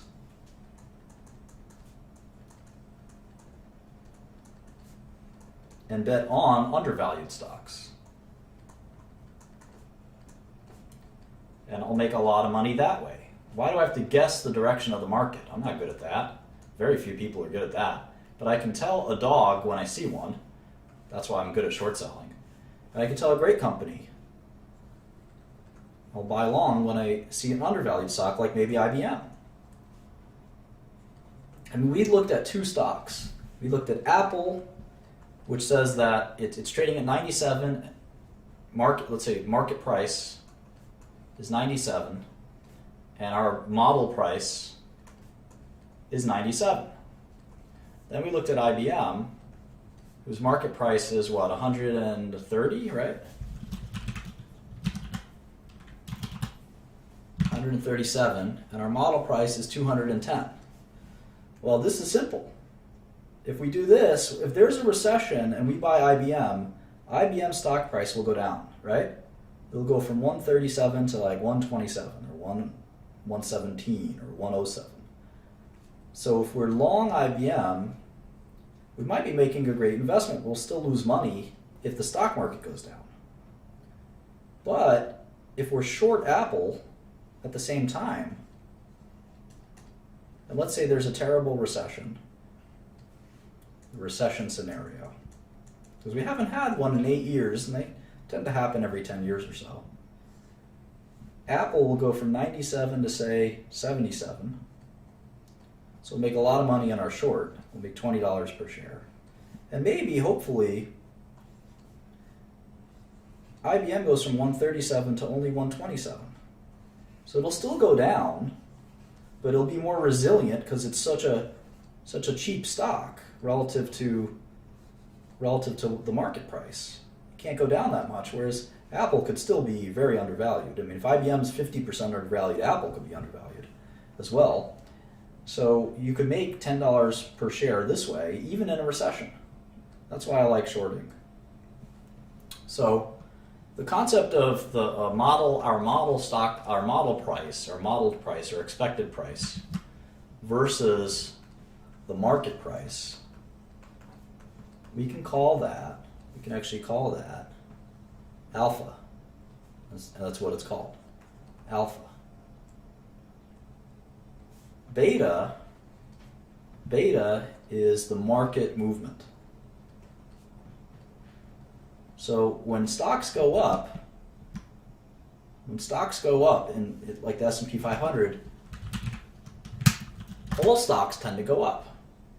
And you can see IBM actually has a certain beta.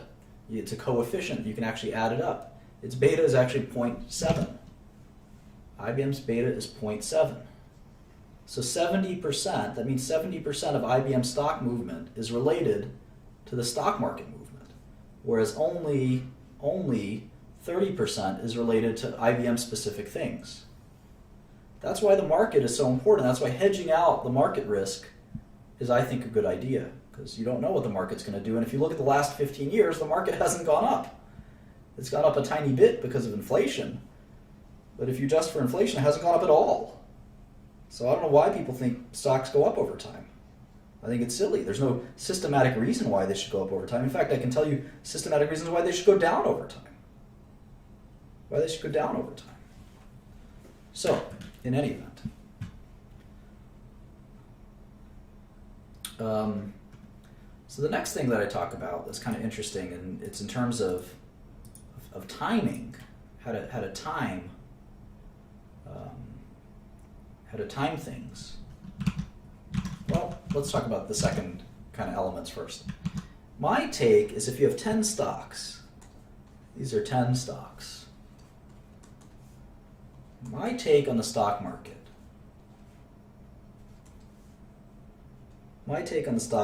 is that, and this is my experience over a long period of time, if you have 10 different stocks, on average, 8 will be fairly valued.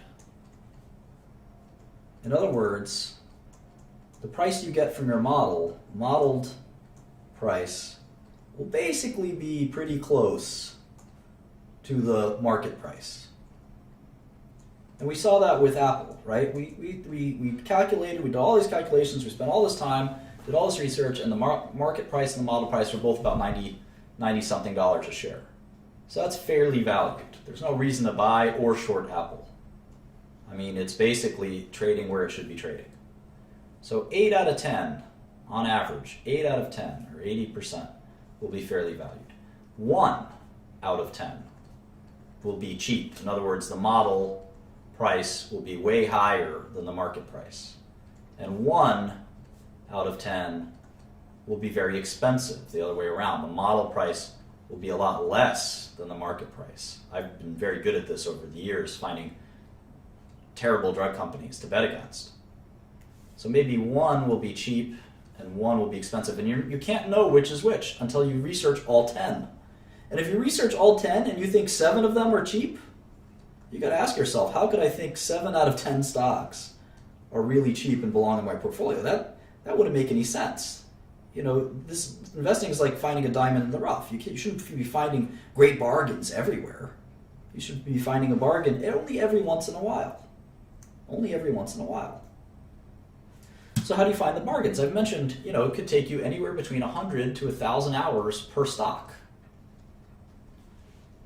So if you want a portfolio, if only 2 out of 10 stocks are worth buying and shorting, this is assuming you do any shorting. If you don't, then it's 1 out of 10. If only 2 out of 10 are worth buying or shorting, and you want a portfolio of 20 stocks, right? You want a portfolio of 20 stocks. You need to do 100. You need to do 100 analyses.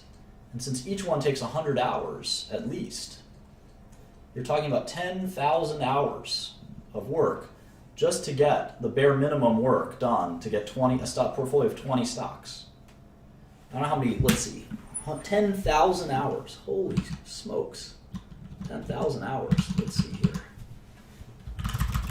Let's say if I work 10 hours a day, and I work 300 days a year, it's about 3 years of work per year. I need 3 associates like Akil and Crystal and Coke Zero to help me.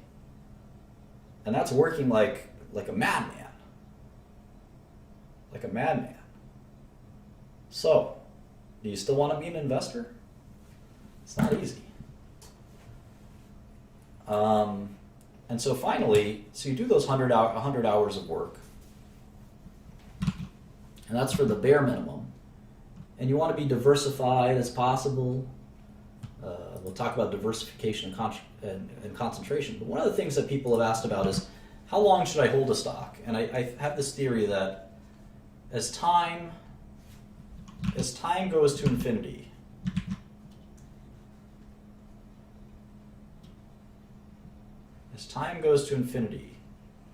your ability to tell whether a stock is cheap or not, in other words, how much alpha is there, it should approach 1 or 100% or infinity or whatever you want to call it. You should be able to tell with certainty if a stock is cheap or not.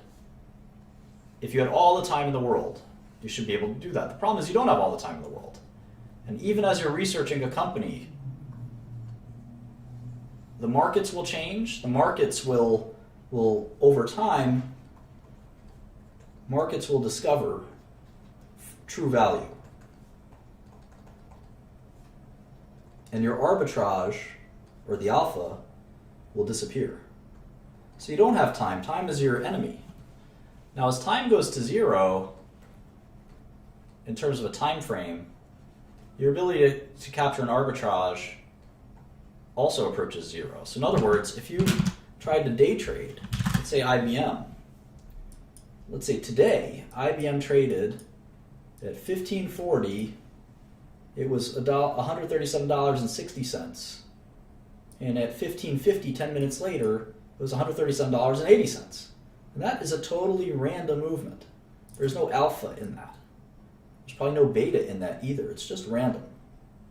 But there are people that try to make their living, especially computers, that try to make their living guessing on these very small movements. They buy and sell in milliseconds. I more or less buy or sell over time, over periods of years. But there are people that do that. And it doesn't work very well unless you're a computer. Computers tend to be very good at that. And a lot of people think computers are actually cheating. There's a lot of investigations about that at the moment. So that's sort of the theory of how I think about investing. There's a lot of other things. I kind of ran through that very quickly. So it's been about 2 hours. That's enough for me. I have to get back to some other things. So thank you so much for listening. I hope some of this was informative. We'll continue to look at a lot of the companies in the tech industry since people are interested in tech. We've done restaurants before. I've certainly done healthcare before. I'll be sticking around on the stream to keep discussing some of this stuff. But I'm going to turn it off for now, and I'll see you with lesson 5. Thank you so much, guys. I really appreciate you watching. Bye.